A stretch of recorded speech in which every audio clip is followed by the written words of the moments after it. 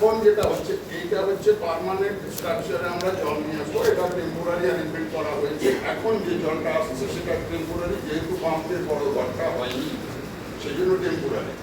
এইবার পাইপলাইনটা আমার এর উপর থেকে ব্যবস্থা করে আসবে।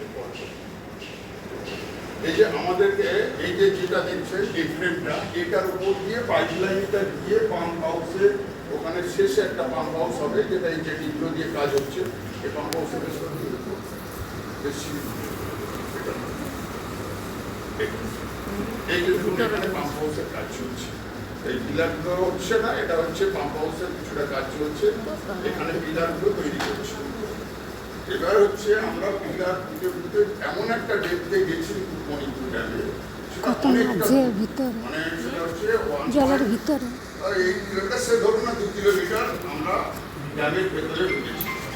এবার 2 কিলোমিটার ড্যামের ভেতরে ঢুকতে গিয়ে আমাদেরকে তো সমান জায়গা পাইনি, মাটির তলা পাইনি, এবং মেনটেন্যান্সের জন্য আমাদেরকে এই যে পিলারগুলো তৈরি করা হচ্ছে এর উপর দিয়ে, ওই যেটা দেখালাম আগে আমি, ওই পিলারের উপর দিয়ে একটা প্ল্যাটফর্ম করে 1000 ডায়ার মানে হচ্ছে 3 ফুট ডায়ামিটারের এমএস পাইপ দিয়ে ওই জলটাকে আমরা ডব্লিউটিপিতে নিয়ে আসবো।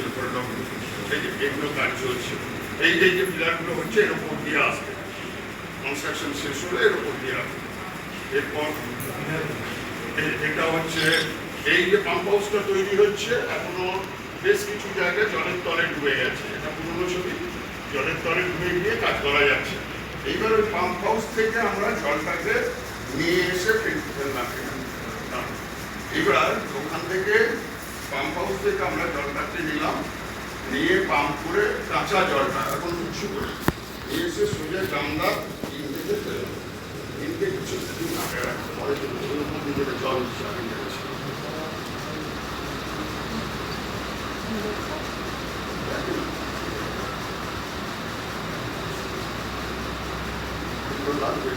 প্রথম একটা উপরে জলটা আছে না,